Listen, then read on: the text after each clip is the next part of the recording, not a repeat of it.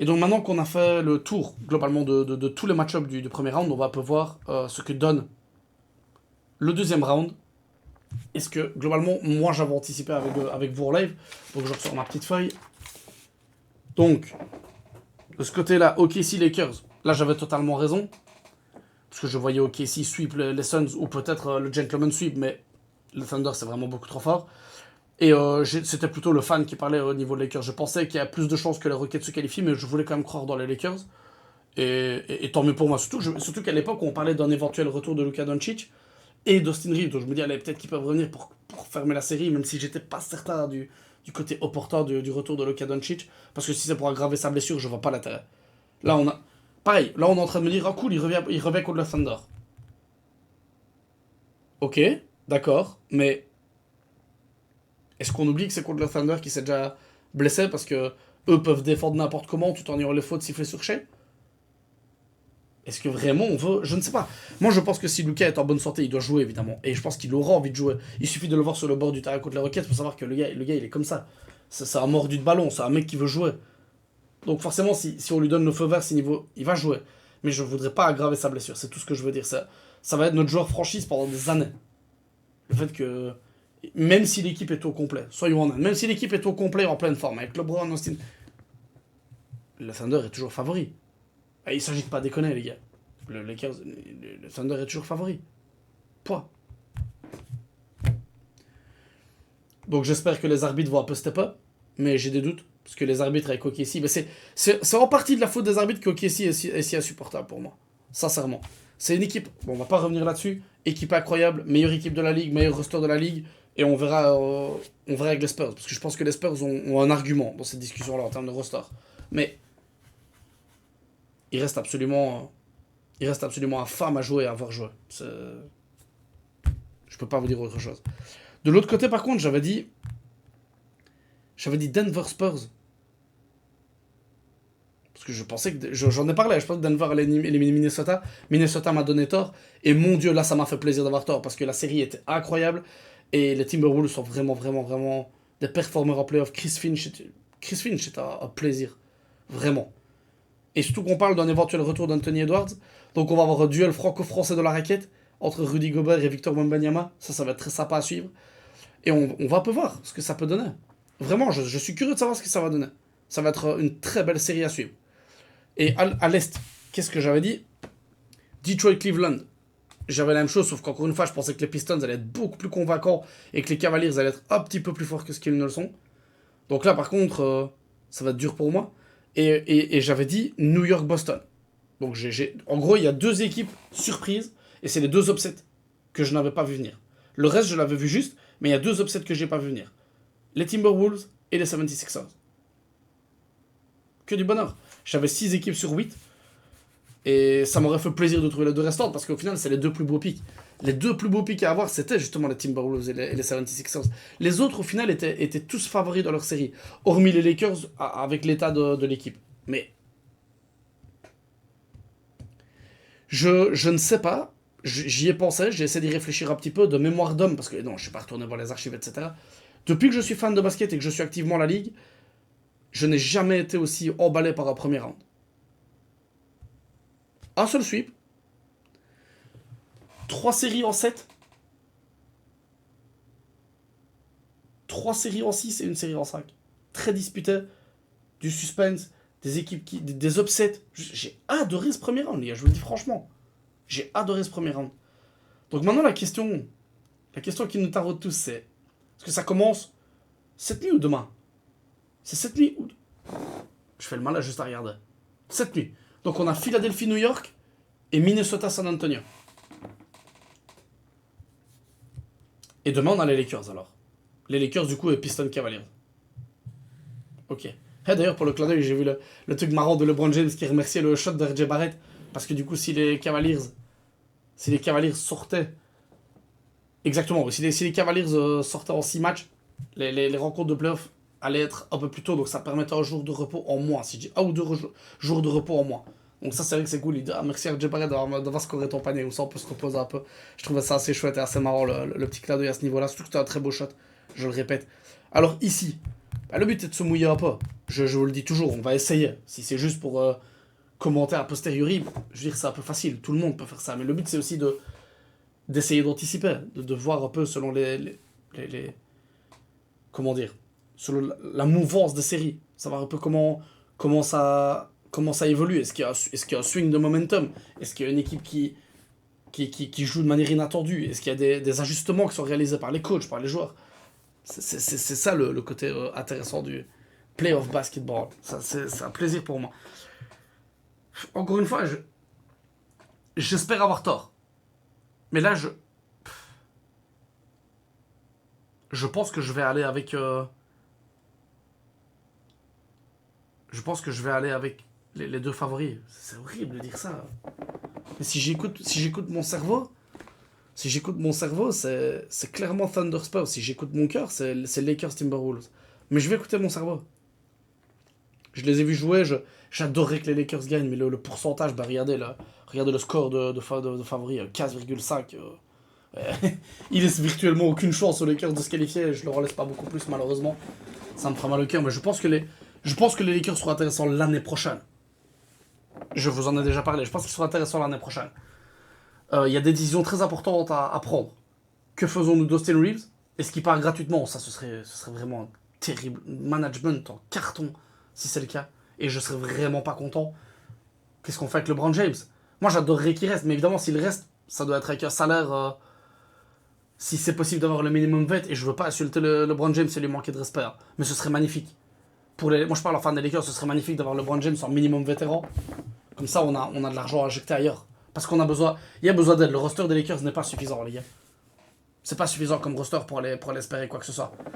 Donc, à voir ce qui peut se passer à ce niveau-là. Je pense que le Thunder va malheureusement pas battre mais déglaguer les Lakers.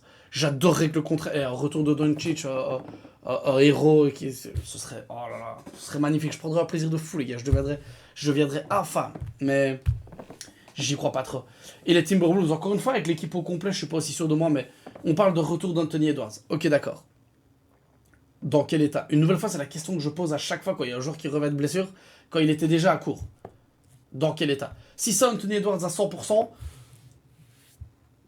sincèrement, si les Wolves sont à 100%, je pense que rien que pour l'expérience, je les vois se qualifier.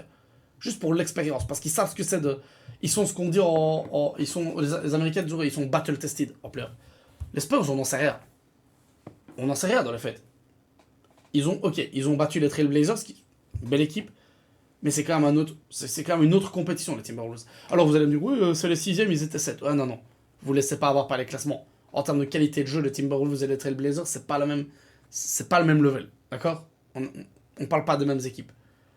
Donc, les Timberwolves à 100%, je pense que je l'ai fait. Je pense qu'ils se qualifient contre les Spurs. Sincèrement. Mais là, avec Dante Vincenzo out, avec Ayo Dosunmu qui est un des joueurs, qui est devenu un des joueurs majeurs, qui ne va pas être à 100%, qui va pas être là, et on parle d'Anthony Edwards. Si Anthony Edwards n'est pas là, je serais curieux de ça. Et puis, je vous ai parlé du match-up franco-français dans la raquette entre Rudy Gobert et Wemby. Et ça peut paraître fou ce que je vais vous dire. J'ai l'impression que Rudy Gobert va avoir plus de mal à défendre sur Wemby que ce qu'il en a eu sur Jokic. Ça peut sembler fou, hein. Parce que Jokic est peut-être le meilleur joueur offensif de la ligue, même si pour moi c'est Luka Doncic. Si vous me disiez maintenant Nikola Jokic est le meilleur joueur offensif de la ligue, j'aurais pas énormément d'arguments contraires à vous opposer. Il est incroyable. Même si je vous en ai déjà parlé et j'ai oublié de le faire sur la partie précédente. J'ai été très déçu de sa défense. Mais je suis très souvent très déçu de la défense des grandes stars de la ligue. Je suis navré de le dire comme ça. J'ai dit à Jaden, où il a vraiment gagné mon respect encore plus que ce qu'il n'a jamais gagné. Mais Jokic défensivement, ça va vraiment pas. On peut pas être une babade comme ça, être un joueur de ce niveau-là. Et ça m'a dérangé, je vous le dis honnêtement. Mais peu importe. Je pense que le match-up avec Wemby va être plus complexe pour Rudy Gobert. Je pense que Wemby va vraiment le faire sortir un max. Il va l'obliger à défendre loin. Et il va la jouer à la finesse, il va la jouer au shot. Je pense que ça va être beaucoup plus difficile à défendre pour Rudy Gobert. Mais, je peux me tromper, ce n'est qu'une intuition, c'est juste que je pense que Wemby va clairement avoir l'intelligence de jeu pour ne pas crash tout le temps dans la raquette et permettre à Rudy Gobert de défendre dans sa zone de prédilection. Parce que ça reste un excellent défenseur, il s'agit de pas l'oublier. Je, Je sais que, j'en parle souvent, Rudy Gobert c'est devenu un peu la punchline, ouais, c'est ça. Ça, c'est quand on regarde pas le basket. Quand on regarde le basket, on sait que c'est toujours un des 5 meilleurs défenseurs dans la ligue. Voilà. Et je sais pas de l'insulter, si vous me dites. C'est vrai que c'est peut-être un peu trop bas, même un des 3 si vous voulez. C'est un excellent défenseur. C'est le côté offensif qui me frustre un peu plus avec Rudy Gobert. Je vous en ai déjà parlé, je reviens pas là-dessus. Mais il va vouloir défendre sur Wemby, il va devoir défendre sur Wemby, pas le choix. Et on va voir s'il peut le gêner plus que ce que je ne l'anticipe. Ce qui est possible. Je dis pas que c'est de l'ordre de l'impossible, c'est tout à fait possible. Donc on va voir un peu. On va voir ce que ça va donner, mais oui. Je pense qu'on va avoir droit à Thunder Spurs et globalement c'est le match-up auquel on s'attendait, auquel moi je m'attendais personnellement à le voir et je pense que beaucoup de personnes s'attendaient. C'était les deux plus gros favoris de toute la ligue, même côté Est confondu, c'était vraiment les deux plus gros. Mais attention aux Timberwolves et pas attention aux Lakers. Malheureusement, j'adorerais pouvoir vous le dire, mais je pense pas attention aux Lakers. Je pense vraiment pas. J'espère quand même qu'ils vont pas se faire humilier. C'est tout ce que j'espère. Qu'ils vont pas manger 4 blowouts de suite et ne pas exister dans la série. C'est vraiment ce que je souhaite. Parce que c'est malheureusement un scénario envisageable. Et je prie pour que ce soit pas le cas.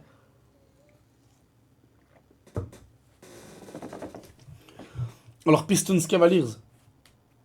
C'est un horrible match-up pour les Pistons, je pense. À moins qu'ils ne se réveillent et qu'ils proposent autre chose avec JB Bickerstaff. Parce que je vous l'ai dit, JB Bickerstaff était mon candidat pour le Coach of the Year. Par contre, j'ai été très déçu de ses ajustements en playoff. Et après, on me dit, attends, tu rigoles ou quoi? Ils sont revenus de 3A. C'est vrai. Mais on ne devait pas descendre à 3 contre le Magic. On ne devait même pas attendre que ça aille jusque-là. En termes d'ajustement, j'étais un peu surpris. Mais bon, après, on doit rendre à César ce qui appartient à César. Il a été capable de galvaniser son équipe et de les amener à gagner la série alors qu'ils étaient menés 3A et qu'il n'y a pas grand monde qui vendait leur peau très cher. Je pense qu'on peut le dire. Mais le problème contre les Cavaliers, c'est que les Cavaliers, il y a un truc qui est sûr, les gars, ils vont scorer. Les Cavaliers, ils vont scorer. Ça, j'ai aucun doute là-dessus. Les Cavaliers vont mettre des points. Ils vont mettre le ballon dans le panier. Donc, est-ce que les Pistons vont être capables de scorer? Et je pense que c'est un des gros points faibles de l'équipe. Je peux me tromper, mais je pense que les Cavaliers vont faire une finale de conf, les gars. Je pense qu'ils vont upset les Pistons. Honnêtement, au début des playoffs, je vous aurais dit Pistons. Mais j'ai été extrêmement déçu par le côté offensif des Pistons. Je pense que les Cavs défendent beaucoup moins bien que le Magic. Mais ils scorent vraiment, vraiment beaucoup mieux quand on parle. C'est une autre stratosphère, il y a vraiment. Donc là, c'est vraiment un pic très complexe pour moi, mais je pense que les Cavaliers vont se qualifier. Ouais. Je vois pas comment les Pistons peuvent scorer avec eux. J'espère avoir tort, hein. Ce serait une belle histoire pour les Pistons. Et comme vous savez, je suis pas très fan des Cavaliers. J'adore leur coach, mais je suis pas très fan de leur équipe. J'aime bien Evan Mobley, j'aime bien Donovan Mitchell. Je pense que Jared Allen peut rendre des services, mais ouais, non. Je suis pas un méga fan de l'équipe et je trouve qu'ils ont pas développé un jeu aussi beau que ce qu'on nous vend ces derniers temps avec Cleveland. Je sais pas. Il y a quelque chose qui me dérange dans cette équipe, malgré le fait que j'adore le coach et certains de leurs joueurs. Donc, je pense malgré ça qu'ils vont se qualifier parce que je pense qu'ils vont vraiment outscore les Pistons. Sincèrement. Ça peut sembler bête, à ce que je vous dis. Et on verra. On va essayer de suivre un peu ça. Hein. On va essayer de suivre ça de près, de voir un peu si ce que j'anticipe a du sens ou si je suis complètement à côté de la plaque. C'est pas, ce sera pas la première fois des playoffs que j'ai été à côté de la plaque, les gars. C'est le jeu. Par contre, ici, c'est beaucoup plus facile. Moi, je pense sincèrement que les Knicks vont éliminer les 76ers. Mais je vais pas sous-estimer les 76ers. Ils ont clairement une chance. Très clairement une chance. Et il y a un match-up qui m'intéresse. Je sais pas si vous aussi ça vous intéresse à ce niveau-là, mais le match-up Karl Anthony Towns, Joel Embiid, ils se sont déjà accrochés. Ils se sont déjà accrochés physiquement, si je dis pas de bêtises. Je pense qu'il y a un match où Joel Embiid a fait craquer Karl Anthony Towns. Et je sais qu'il y avait un tweet aussi. Est-ce que je vous le retrouve facilement?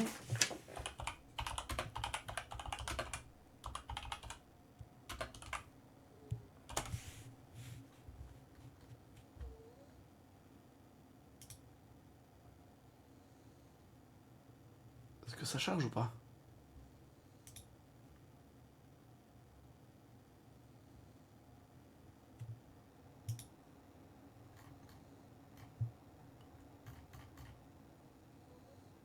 Ok. Oh, ça c'est l'image de laquelle je vous parlais, regardez. Ah oui, il se la colle, hein, à l'époque où il était encore à Minnesota. Ah, il voulait se la coller, là, il voulait en découdre, le mec, hein. Et vous voyez deux mastodontes comme ça, je vous l'ai dit, hein. C'était assez fou, hein. On va vraiment, il a fait craquer 4. Avec son gros sourire encore comme d'habitude, il doit être tellement insupportable à jouer contre Joel Embiid, mon dieu. Enfin voilà, vous avez vu, mais c'est marrant que je vous en parle, et ça, ouais, c'est ça que je voulais. C'est ça que je voulais vous montrer, où en gros il lui dit, le fait que tu te fasses passer pour un gros dur, ça n'a pas de sens. Il l'appelle carrément pussy. Donc en gros, on se moque de la virilité. Prenez le mot que vous voulez, traduisez-le comme vous voulez. Lopette, tapette, c'est le genre de truc qu'on pourrait traduire ici vraiment. Vous le traduisez comme vous voulez, mais c'est globalement ce que ça veut dire. Il remet sa virilité en cause. Il lui dit arrête de faire le dur. On sait que t'es globalement pas un homme viril. On va dire ça comme ça pour ne pas s'attirer des ennuis. C'est juste une traduction. Hein. C'est pas de moi. Enfin, traduisez-le comme vous voulez, mais globalement, vous comprenez ce qu'il veut dire ici. En gros, je t'ai botté le cul, je t'ai botté le cul et essaye de faire les pleurs avant de parler. Et c'est un fait avéré, globalement, it's a known thing, c'est un fait avéré que je te marche dessus, globalement. En ONU, c'est je te possède, mais ça ne se traduit absolument pas de la sorte. C'est assez incroyable. Vous voyez, donc il y a cette historique entre les deux. Mais regardez comment on se trash ici, quoi. You were stepping away through Minnesota and we ended up raising the cat last night. En gros, il le trosse encore, il le troll encore. Regardez, je vous parlais de Joel Embiid avec le process, mais regardez, même son hashtag là-bas, j'avais pas fait gaffe. Ouais, enfin, le restep, en gros, il définit son move dans la raquette en disant que, et globalement, on a déglagué le chat, parce que Karl Anthony Towns, vous voyez, c'est les initiales, donc le jeu avec le chat. Et Karl Anthony Towns qui lui répond, du coup, that caption was as trash as your picture quality. En gros, c'est ça. Donc, en gros, ton commentaire est aussi nul que la qualité de ta photo. Elle dit meilleure qualité que ta défense. Enfin, les gars. Donc, en gros, ce que je voulais vous dire, c'est que je me réjouis de ce match-up là.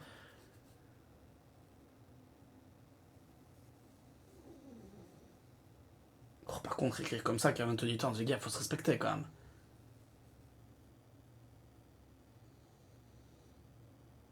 Yes, yes. Yes, yes. Bon, bref, c'est ce que je voulais vous montrer. Il y a une histoire ici, entre ces deux gars-là, et ça va être un combat de big man. Alors, autant je vous ai dit que Kat pouvait rouler sur la défense d'Atlanta, en fait, qu'il pourra pas le faire. Autant je vous ai dit que Joel Embiid avait roulé. Je pense que si Kat se bouge et veut justement ne pas laisser Embiid le bully, il va falloir qu'il se bouge en défense. C'est pas ce qu'il fait le mieux. On va pas se mentir, c'est pas la plus grande qualité du jeu de Kat, mais il en est carrément capable. Là, les gars, il faut arrêter avec ça. J'espère juste qu'il va éviter. S'il te plaît, Kat, si tu nous regardes, on sait que c'est pas le cas, mais si tu nous regardes, pas de faute inutile. Tu peux pas être en foul trouble ici, sinon les Knicks peuvent lâcher des matchs bêtement alors que vous avez vraiment le talent pour gagner cette série. On va voir aussi sur les extérieurs. On va voir sur les extérieurs comment ça se passe. Est-ce qu'OG Anunoby garde le même niveau? Qui va défendre sur Jalen Brunson? Est-ce que Tyrese Maxey va prendre le challenge? Est-ce que VJ va prendre le challenge? Est-ce que Kelly Oubre va essayer de justement un peu sacrifier son jeu pour aller défendre un maximum sur Jalen Brunson? C'est vraiment un super match-up. C'est vraiment un super beau match-up. C'est celui qui m'intéresse le plus, je crois, avec Timberwolves Spurs. Vraiment, ça va être des très beaux match-up, donc je me réjouis de voir ça. Donc globalement, bon, mes finales de conf, Thunder Spurs, où là, bah, je suis désolé, je prends les favoris parce que j'ai beau essayer de me convaincre différemment, je vois pas comment. Et Cleveland, New York. Je pense que ça, c'est des belles affiches, les gars. Il y a quand même vraiment moyen de bien se marrer. Franchement, il y a moyen de bien se marrer. Je me réjouis de voir tout ça. Et je vais essayer de débriefer tout ça à chaque fois aussi rapidement que possible, ne pas perdre trop de temps. Et je m'excuse à l'avance, je vais essayer de mettre je vais essayer de mettre globalement sur ma chaîne YouTube a posteriori. Je vais pas vraiment beaucoup retoucher parce que j'ai vraiment pas le temps de les retoucher en plus de les publier de sorte à ce qu'il y ait une gestion de timing. Parce que des fois j'ai essayé de le faire, il y en a que j'ai carrément abandonné parce que j'ai pas eu le temps de le faire à temps. Et il y a eu 3 matchs qui sont passés entre temps et ça n'a plus aucun sens. Donc je vais vraiment les taper en brut. N'hésitez pas, comme à chaque fois les gars, à me revenir, à me dire ce que vous en avez pensé, ce que vous en pensez, à me donner vos pics. Je suis toujours aussi curieux de ça. C'est toujours un réel plaisir pour moi, que ce soit de vous lire ou soit de vos idées, soit de vos pronostics. Tout ce que vous avez, tout ce que vous pouvez avoir à me dire, dites-moi. Que ce soit ici, que ce soit sur peu importe la plateforme, peu importe le moment, je suis vraiment preneur à ce niveau-là.